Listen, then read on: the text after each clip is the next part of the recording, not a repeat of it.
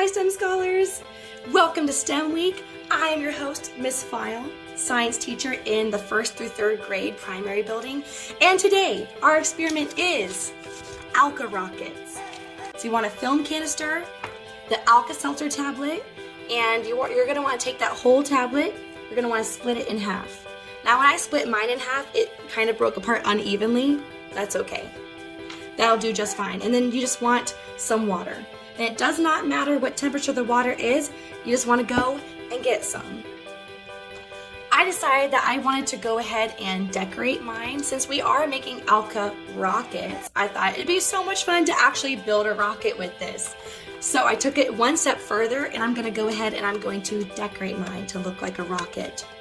And I'm back with my rocket. Alright, so keep in mind that the really important part about this is that the lid side with the opening is at the bottom of your rocket. Because when your liquid explodes, you want that lid to be on the bottom. Otherwise, it's going to just explode upwards and it's not going to shoot off into outer space like you want it to.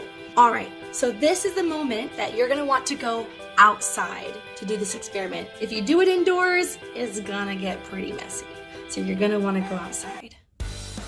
First, you're going to want to flip your rocket over. You're going to want to pour in a little bit of water into your rocket.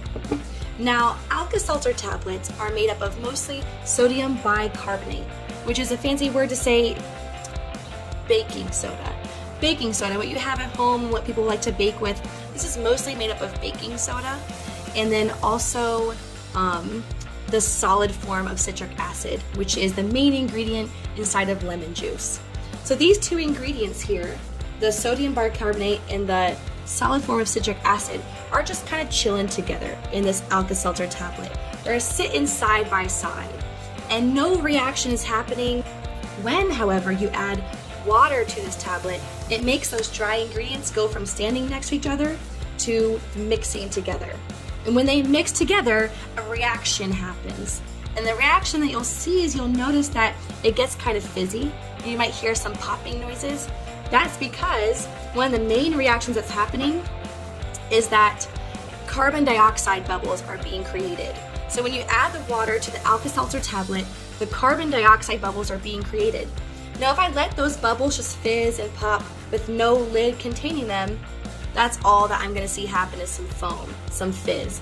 But if I were to trap those carbon dioxide bubbles inside of this container, inside of my rocket, and I trap them, those bubbles are going to keep getting created more and more and more and more, and that pressure inside of this rocket is going to build. When that pressure gets to be high enough, you're going to see the lid's going to pop off, and those carbon dioxide bubbles are going to escape and push this rocket upwards. And part of that is because of Newton's third law of motion. If you're older, you might have heard about this before. But that means that for every action, there is an equal and opposite reaction.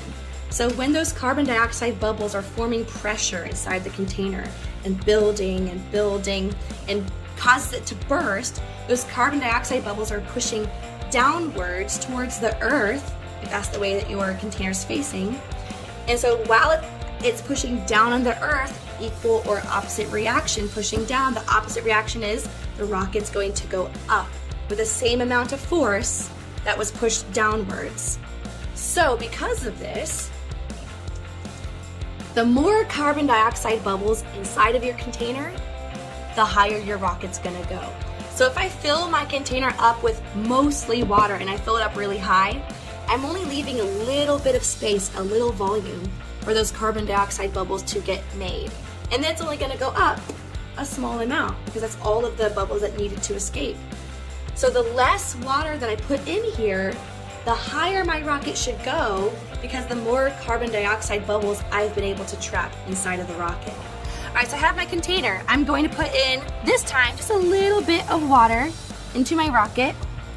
I'm going to drop the Alka-Seltzer tablet and put my lid on top. I really want to make sure that lid is all the way sealed.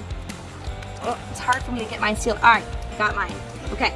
Now I'm going to flip over my rocket, and we're going to get to watch and see what happens.